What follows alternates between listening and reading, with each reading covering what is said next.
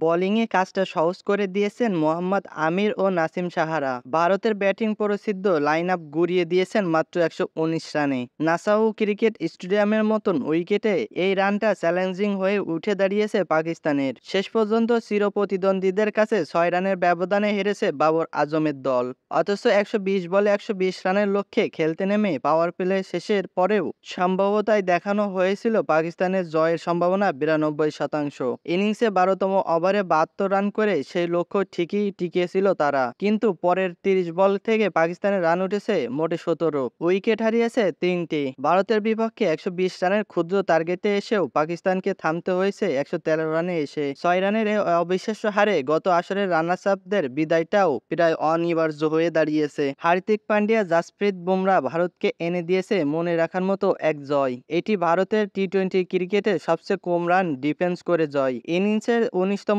ওভারে জাসপ্রীত বুমরাহ করেছেন স্মরণীয় এক ডেথ ওভার। জয়ের ক্ষণিক আশাও পাকিস্তানে হারিয়ে ফেলে সেখানেই। ১৯তম ওভারে এসেছে মোটে ৩ রান। শেষ ওভারে বাকি ১৮ রান তোলা হয়নি পাকিস্তানিদের। আর্শদীপ সিংয়ের ওভারে প্রথম বলে আউট হলেন ইমাদ ওয়াসিম। পরের ৫ বলে তারা নিয়েছে ১০ রান।